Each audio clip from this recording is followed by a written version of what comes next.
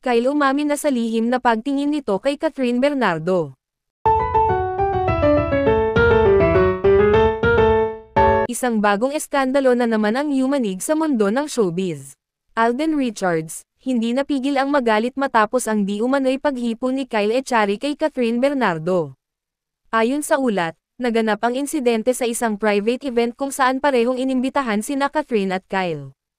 Ilang mga bisita ang nakakita umano sa di umano'y hindi kanais-nais na kilos ni Kyle kay Catherine. Agad na kumalat ang balita sa social media at umani ng matinding reaksyon.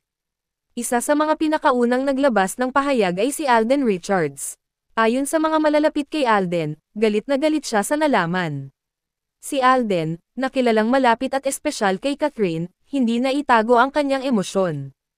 Anila, nag-init ang ulo ni Alden at agad itong nagtanong kung nasaan si Kyle.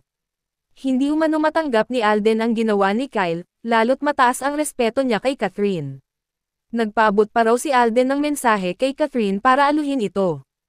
Ayon sa insider, gusto raw puntahan ni Alden si Kyle upang personal na kumprontahin. Ngunit pinigilan siya ng mga kaibigan dahil baka lalong lumala ang gulo. Kitang-kita raw sa mga mata ni Alden ang sobrang galit at pagkadismaya. Pinaniniwala ang sobra ang pagprotekta ni Alden kay Catherine bilang isang tunay na gentleman. Isang netizen pa nga ang nakakuha ng larawan ni Alden na tila umiiyak sa galit. Samantala, tumanggi munang magsalita si Kyle tungkol sa isyu. Ang kampo ni Kyle ay naglabas lamang ng maikling pahayag na under investigation, pa raw ang nangyari. Ngunit para kay Alden, hindi na raw kailangan ng matagal na investigasyon. Walang lugar sa respeto ang ganong klaseng kilos, ayon sa isang malapit kay Alden. Nag-trending agad sa social media ang #RespectCatherine pagkatapos ng balita. Maraming fans ang sumuporta kay Alden at pinuri ang kanyang pagiging protective.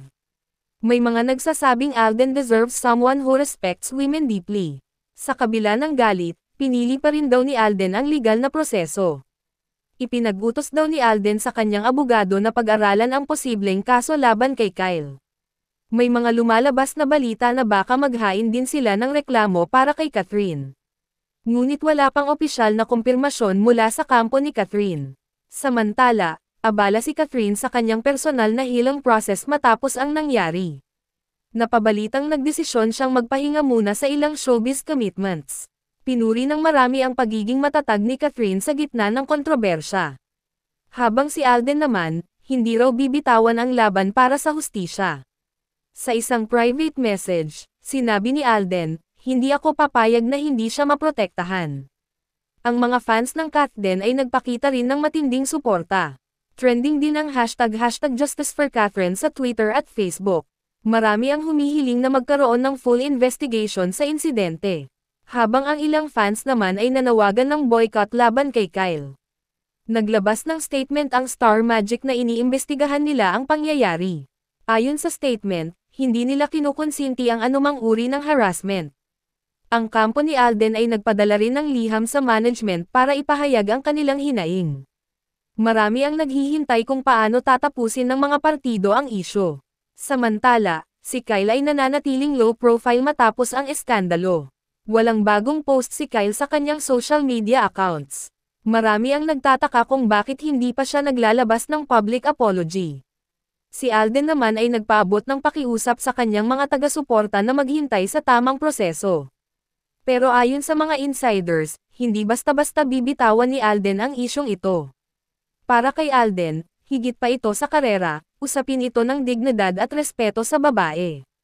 Sa huli, marami ang bumilib sa pagiging prinsipyo ni Alden Richards. Patuloy pa rin ang pagmonitor ng publiko sa bawat development ng insidente. Magkakaroon kaya ng patas na hustisya para kay Catherine. At